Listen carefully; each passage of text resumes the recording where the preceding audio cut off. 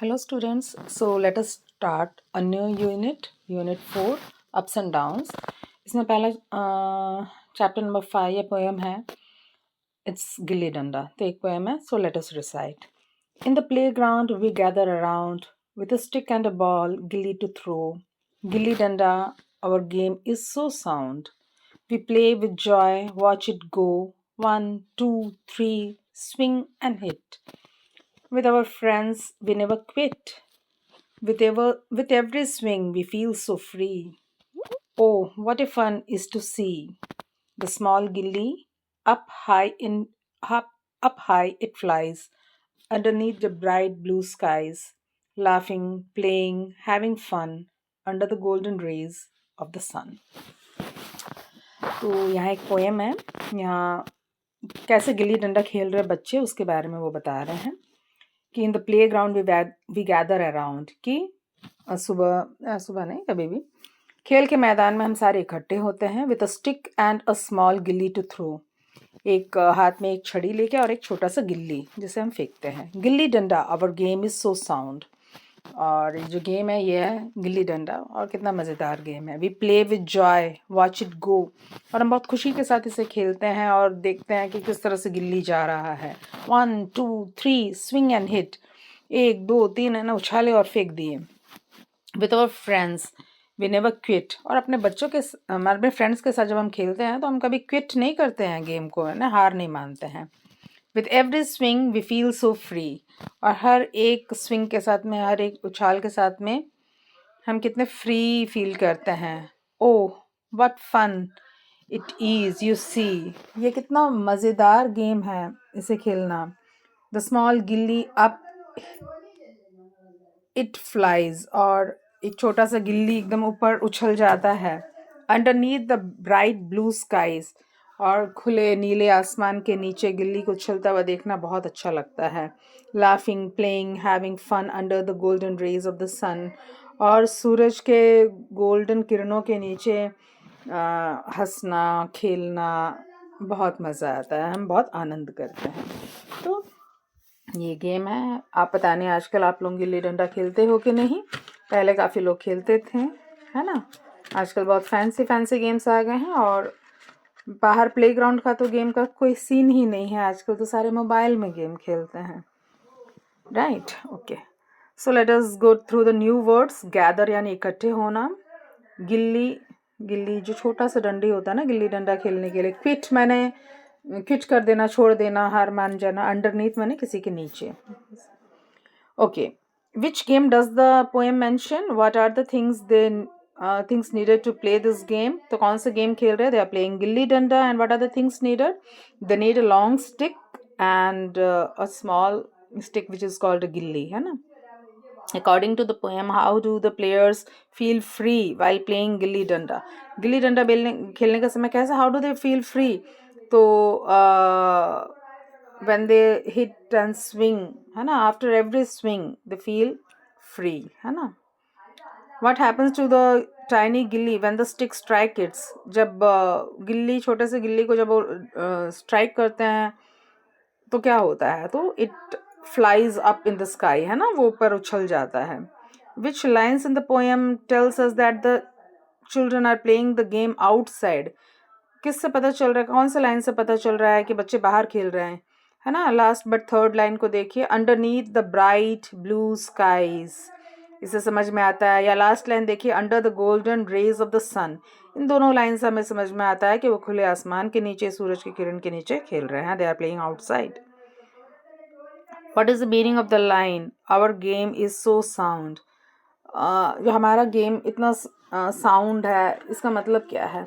इसका मतलब है कि उनका गेम जो है वो कितना हेल्दी है एक तरह से बाहर में खेलना, कि वो कितना जॉय फील कर रहे हैं, हैप्पी फील कर रहे हैं, है ना. And which word in the poem shows happiness? तो जॉय वर्ड से पता चलता है कि दे आर हैप्पी, है ना. व्हाट जॉय, नहीं, वी प्ले विद जॉय, है ना. वॉच इट गो, तो इससे पता चलता है कि ये वर्ड जो है हैप्पीनेस के लिए है. Do you enjoy playing outdoors? Why or why not, क्या आपको बाहर खेलना अच्छा लगता है? हाँ तो क्यों, ना तो क्यों. नेम 5 आउटडोर गेम्स, ये सब आप लोग कर लोगे. अच्छा, यहाँ देखिए, यहाँ Sameer was unhappy because he was unable to find his drawing book, so he decided to redo his work. तो समीर यहाँ अनहैप्पी, अनहैप्पी यानी कि हैप्पी के साथ में अन लगाया गया है ना, ताकि उसको उल्टा मीनिंग बन सके। एबल के साथ में अन लगाया तो अनएबल बन गया। वो उदास था क्योंकि वो पा नहीं रहा था अपना खोज के अपने नोटबुक को, and he decided to redo. Do मैंने करना, रीडू मैंने दोबारा करना। तो उसने तय किया कि वो दोबारा से करेगा। तो यहाँ में हैप्पी के साथ में अन लगा है, डू के साथ में री लगा है, इन सबको जो शब्द के आगे लग रहा है तो इसे कहते हैं प्रीफिक्स। प्री मैंने पहले फिक्स करना है ना, तो प्रीफिक्स यानी कि when we add a prefix at the beginning of the word, it changes the word's meaning. यहाँ हैप्पी के साथ अन आया, हैप्पी मैंने खुश, अनहैप्पी मैंने उदास, जस्ट उसका उल्टा। Not happy, not to be happy. Able मैंने कर पाना, अनएबल मैंने नहीं कर पाना, राइट। डू मैंने करना, रीडू मैंने दोबारा करना। तो जस्ट आप प्रीफिक्स जैसे ही लग जाता है तो शब्द का मीनिंग भी चेंज हो जाता है। जैसे अन प्लस हैप्पी, अनहैप्पी मैंने नॉट हैप्पी। री प्लस ड्रॉ यानी रीड्रॉ यानी ड्रॉ अगेन। या अन का मतलब है नहीं और री का मतलब है अगेन। तो नेक्स्ट क्वेश्चन में क्या बोल रहा है, add correct prefixes to the following words to create new words. आगे जो दिया हुआ है वर्ड्स कुछ दिया हुआ है, जैसे कि एक minute, let me use pen to mark and show.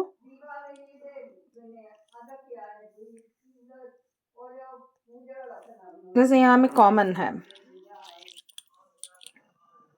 Common है, कॉमन के साथ में अन प्रीफिक्स लगा, बन गया अनकॉमन, जिसका मतलब है something that is not easily found. Common मैंने जो आम बात है, हर जगह मिल जाता है, अनकॉमन मैंने जो आम बात नहीं है। राइट के साथ में क्या प्रीफिक्स लग सकता है, राइट के साथ में री राइट है ना, री लगेगा यहाँ में अन नहीं लगेगा, है ना, अनराइट कुछ नहीं, री राइट। री राइट का मतलब दोबारा लिखना, टू राइट अगेन, ठीक है। अवेयर, अवेयर मैंने जानकारी होना, तो इसके बाद इसके साथ में आप क्या लगाओगे, आप लगा सकते हो अनअवेयर यानी कि something you do not know, जिसके बारे में आपको जानकारी नहीं है। उसके बाद कंफर्टेबल, कंफर्टेबल यानी कि जिसमें आप कंफर्ट फील कर रहे हो, एंड उसके साथ में आप क्या लगा सकते हो, अनकंफर्टेबल। यू एन लगा देंगे तो इट बिकम्स अनकंफर्टेबल, है ना। अनकंफर्टेबल मैंने something you are not happy with, या something you are not comfortable with, जिसमें आप कंफर्टेबल नहीं हो। अरेंज करना, अरेंज के साथ में आप री लगा दोगे तो रीअरेंज करना। रीअरेंज करने का मतलब है टू अरेंज अगेन, या टू क्या बोलते हैं, to do it again. Rethink, think के साथ में री लगा दीजिए, रीथिंक का मतलब है दोबारा सोचना, to think about it again. Okay, next आगे बढ़ते हैं। In the following table encircle the nouns that you see, that you can see, taste, touch और स्मेल। यहाँ जितना भी दिया है ना सारे नाउन है। अब बोले कौन कौन से नाउन है जिसे आप देख सकते हो, आप टेस्ट कर सकते हो, टच या स्मेल कर सकते हो। ओके, तो जैसे कि जॉय, जॉय यानी खुशी, खुशी को तो आप टेस्ट या नहीं कर सकते, देख नहीं सकते हो, स्मेल नहीं कर सकते हो, तो क्या है, लीफ, यस। माउंटेन, ये हम देख सकते हैं। सन, शर्ट, टॉफी और रोज में से क्या सन को देख सकते हैं, शर्ट को देख सकते हैं, पकड़ भी सकते हैं, टॉफी को भी टेस्ट कर सकते हैं, टच कर सकते हैं, देख सकते हैं, रोज को भी स्मेल कर सकते हैं, टेस्ट कर सकते हैं, टेस्ट नहीं सॉरी टच कर सकते हैं, देख भी सकते हैं। Ice cube, yes, you can see it, you can touch it, you can even taste it. Sugar, yes, you can see it, you can taste it and touch it. Hat को, yes, you can see it, इसको भी see देख सकते हैं, touch कर सकते हैं। Truth यानी सच्चाई नहीं। चेस बोर्ड, चेस बोर्ड को हम देख सकते हैं, छू सकते हैं। लाई माने झूठ, झूठ को देख नहीं सकते हैं, टच नहीं कर सकते, टेस्ट नहीं कर सकते हैं। फुटबॉल को कर सकते हैं, डियर को देख सकते हैं, पकड़ सकते हैं। ट्री को देख सकते हैं, पकड़ सकते हैं। हैप्पीनेस यानी खुशी, खुशी को देख नहीं सकते हैं, टेस्ट नहीं कर सकते, पकड़ नहीं सकते हैं। कैट को देख सकते हैं, पकड़ सकते हैं। स्पून को देख सकते हैं, पकड़ सकते हैं। रिवर को देख सकते हैं। फियर यानी डर, डर को देख नहीं सकते हैं, महसूस करते हैं ये सारी बातें। कप को, yes, cup we can see, we can touch. Tiger को of course we can see, touch करना कुछ लोग सकेंगे. Okay, the words that you have not encircled are abstract noun. तो हमने जो गोला किया ये सारे नाउन्स थे, अलग अलग तरह के नाउन है, या प्रॉपर नाउन होंगे या कॉमन नाउन होंगे, लेकिन जो हमने सर्कल नहीं किया इस बारे में अब बात करते हैं. Let me use some other colour. जैसे कि जॉय है ना, जैसे कि लाई, जैसे कि हैप्पीनेस, जैसे कि फियर, एंगर, ट्रूथ. जॉय मैंने खुशी, एंगर मैंने नाराजगी गुस्सा, लाई मैंने झूठ, हैप्पीनेस मैंने खुशी है ना, खुशी का फीलिंग, फियर अगेन डर, ट्रूथ मैंने सच्चाई. ये सारे भी नाउन हैं, लेकिन ये इनको हम बोलते हैं एब्स्ट्रैक्ट नाउन. ये क्या किस तरह के नाउन है? Abstract noun. तो the word abstract refers to something that has no physical shape, यानी इसका कोई आकार नहीं है. जॉय, जॉय का कोई शेप होता है क्या? सच्चाई का कोई, गुस्सा का कोई, हैप्पीनेस, डर, इसका कोई शेप नहीं होता है ना. तो इसे आप खाली महसूस कर सकते हो, एक फीलिंग है ये. For example sadness is an abstract noun. दुखी, दुखी होना एक एब्स्ट्रैक्ट नाउन है, क्योंकि दुखी होने को आप फील कर सकते हो, आप महसूस कर सकते हो, लेकिन आप देख नहीं सकते, उसका कोई ड्राइंग नहीं बना सकते कि ऐसा देखने में है. Happiness and rose are both nouns, but you can touch, see and smell a rose. यह हैप्पीनेस भी एक नाउन है, रोज भी एक नाउन है, लेकिन रोज को आप देख सकते हो, टच कर सकते हो, स्मेल कर सकते हो, लेकिन हैप्पीनेस को आप देख नहीं सकते हो, टच नहीं कर सकते हो. तो दोनों ही अलग अलग तरह के नाउन है. Happiness is abstract noun and rose is proper noun. However, you cannot touch happiness. आप happiness को touch नहीं कर सकते. It's a feeling है, जो feeling है वो होता है abstract noun. तो feelings, thoughts, ideas, etc. are all abstract noun and they cannot be touched, smelt or seen. यानी कि ये सारे फीलिंग्स आपके, सारे विचार आपके, आइडियाज आपके, ये सारे जो है ये एब्स्ट्रैक्ट नाउन है. इन्हें हम टच नहीं कर सकते, इन्हें हम स्मेल या सूंघ नहीं सकते हैं. Seen, they can not be seen, यानी इन्हें हम देख नहीं सकते हैं. Right, okay. नेक्स्ट है यहाँ पॉजेसिव प्रोनाउंस. नाउन की जगह में जो यूज करते हैं प्रोनाउन, तो यहाँ कुछ है, मैंने जिससे पता चलेगा ये किसका, ओनरशिप के बारे में या रिलेशनशिप के बारे में जो बताता है उसे हम कहते हैं पॉजेसिव नाउन. जैसे कि the book on the table is mine. अगर वो मेरा बुक है तो मैं बोलूंगी इट्स माइन. अगर वो उसका बुक है, किसी और का बुक है, किसी लड़की का है, तो मैं बोलूंगी हर्स.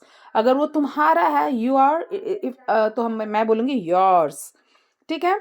अगर वो हमारा है तो हम कहेंगे आवर्स. अगर वो उनका है तो हम कहेंगे, बहुत सारे लोग हैं तो कहेंगे theirs.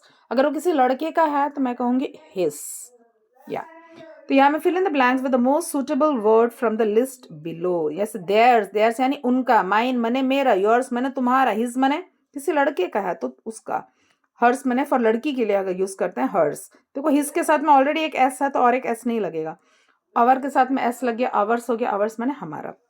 Okay, let us do the questions. Number 1, these crayons belong to me. ये क्रेयॉन्स मेरे हैं. दीज आर माइन है ना, मी है तो माइन, मेरा है तो माइन लगेगा.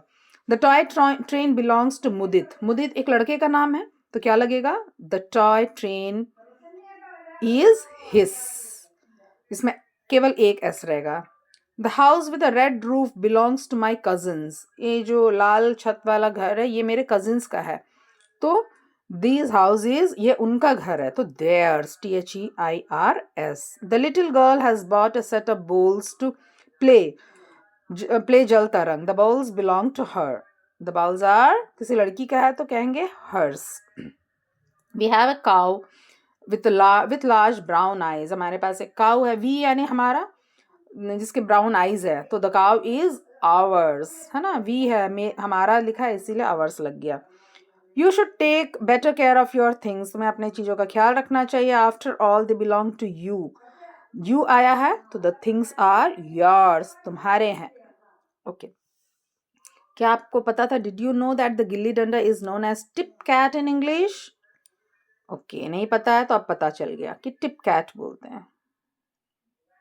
ओके, यहाँ गिल्ली डंडा के बारे में बोला है, आउटडोर गेम है वो नहीं हम करेंगे. आगे बढ़ते हैं. अच्छा, यहाँ में वर्ड मीनिंग लिखने बोला है, डिक्शनरी यूज करके please do that. Okay, B number चलते हैं। Rearrange the following to form question and write them in your notebook. इन सब से आपको क्वेश्चंस बनाना है और अपने नोटबुक में लिखना है। तो आर काउज वेयर द, तो यहाँ जो क्वेश्चन वर्ड्स है वो कौन कौन से, यहाँ वेयर है, जैसे विच है, वॉट है, वाई है, हाउ है, व्हेन है, डू है, कैन है। तो इन सब से हम स्टार्ट कर सकते हैं सेंटेंसेस को।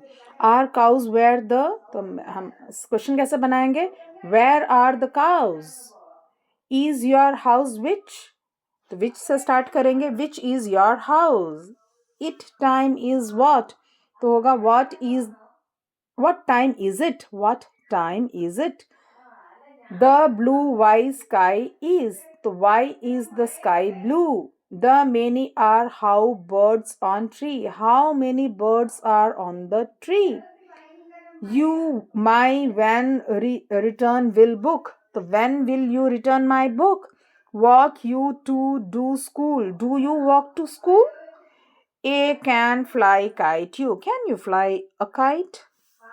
सो ये हो गया। नेक्स्ट क्वेश्चन ये आप ही को करना है। यहाँ डबल टी वाला वर्ड्स बनाना है, यानी कि जैसे कि मैटर, हॉटर, फैटर ऐसा हो सकता है। डबल पी जैसे टॉपर, फ्लॉपर ऐसा। डबल ई वाला जैसे कि ट्री, डियर ऐसा। Double M coming. Double B याद नहीं आ रहा मुझे। ओके, ये आप कर सकते हो, ऐसा कोई मुश्किल नहीं है ये करना। ओके, आगे बढ़ते हैं। Next, circle the word that is different in meaning from the underline word. जो अंडरलाइन वर्ड है उससे अलग मीनिंग वाला कौन सा वर्ड है यहाँ में, वो आपके अंडरलाइन करना है। तो maybe went to the market and bought an expensive. Expensive का मतलब होता है कीमती, तो जस्ट उसका उल्टा क्या हो सकता है, उसने एक एक्सपेंसिव टॉय खरीदा। तो प्रीशियस माने कीमती, कॉस्टली अगेन कीमती। तो सही आंसर क्या होगा, चीप माने सस्ता। तो this will be the answer. Anju and Farida forgot, forgot यानी भूल जाना, to buy popcorn and juice for the picnic. तो फॉरगॉट का उल्टा क्या हो सकता है, इसमें से इग्नोर होगा कि रिवाइज होगा कि रिमेंबर होगा, तो remembered. The moon continue to count the stars night after night. Continue करना मैंने जारी रखना, तो जस्ट इसका उल्टा क्या होगा, स्टॉप्ड, है ना। I always complete my homework on time. हमेशा का उल्टा क्या होगा, never. There was excitement in the shop among the toys. तो एक्साइटमेंट यानी बहुत इंटरेस्ट लेना, एक्साइटेड हो जाना। इसका उल्टा क्या होगा, boredom. Badal nervously told his mother about the dog he found on his way home. Nervous यानी घबराना, उसका उल्टा क्या होगा, confidently. Everyone like the vibrant colour of the bangles. Vibrant यानी बहुत ही चटकदार, चमकीला। इसका उल्टा क्या होगा, dull. The fort is known for its unique style of construction. Unique यानी कि बहुत ही खास, स्पेशल, या सबसे भिन्न, अलग, हटके। तो यूनिक तो अलग हटके है, तो उसका उल्टा क्या होगा, आम यानी कॉमन। ठीक है, next, yes that's it. Okay, आगे बढ़ते हैं। यहाँ एक सर्कल दिया हुआ है, बोल रहे हैं कि यहाँ से यहाँ के लेटर्स को यूज करके आपने बनाना है। जैसे कि यहाँ में टी दिया हुआ है, रीच दिया हुआ है, और आप क्या कर सकते हो, ईट कर सकते हो, ईट होगा। और क्या हो सकता है, टीच हो सकता है, TEACH हो सकता है। फिर हो सकता है रीच तो दिया हुआ है, HER, हर हो सकता है ना, हर हो सकता है। कार हो सकता है, CAR हो सकता है। कैर हो सकता है, CARE, कैर हो सकता है। चीयर हो सकता है, CHEER, चीयर हो सकता है। टीचर भी हो सकता है ना, TEACHER,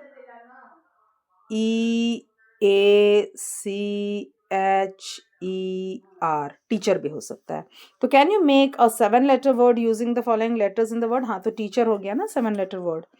So that's it. We come to the end of this chapter. Have a good day and please don't forget to like and subscribe the channel. Bye. Take care.